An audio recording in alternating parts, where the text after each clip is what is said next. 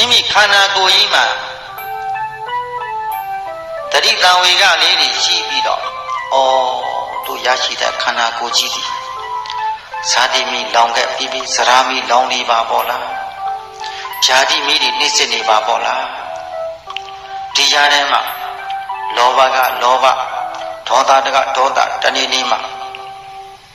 အာယုန်လင်းလို့အလင်းရောက်တဲ့အရှင်ကစပြီးတော့နေဝင်လို့အိတ်တန်းတက်တဲ့အရှင်ထိလောဘတကလောဘဒေါသဒီမောဟဒီမာမာနဒီအိတ်တမိတ်စရိယဒီအဲ့ဒီအကြောင်းရင်းခံပြီးတော့မိမိခန္ဓာအကြောင်းရင်းခံသောကတကဖြစ်ရသူတစ်ပါးခန္ဓာတွေကိုအကြောင်းရင်းခံသောကတွေဖြစ်ရပရိဒီဝမီးဒီလောင်ရဒုက္ခမီးဒီဒေါမနတာမီးဒီဥပါယကမီးဒီလောင်ကျွမ်းပြီးတော့ငိုကြွေးမြည်တမ်းပြီးတော့ဒီကြရအချင်းကြီးချမ်းသာလို့လားဆင်းရဲလို့လားမိမိခန္ဓာကြောင့်သောကပရိဒီဝဖြစ်ရတာတစ်မျိုးခန္ဓာနဲ့နိစ္စတဲ့အမေကြောင့်အဖေကြောင့်ညီကိုမောင်နှမကြောင့်ညီကိုမောင်နှမမိသားစုကြောင့်သားတွေသမီးတွေမြည်တွေမြစ်တွေကြောင့်မိပေါက်ကြီးငယ်ကြခဲ့တဲ့ဘဝတွေကအနည်းလားအများကြီးလား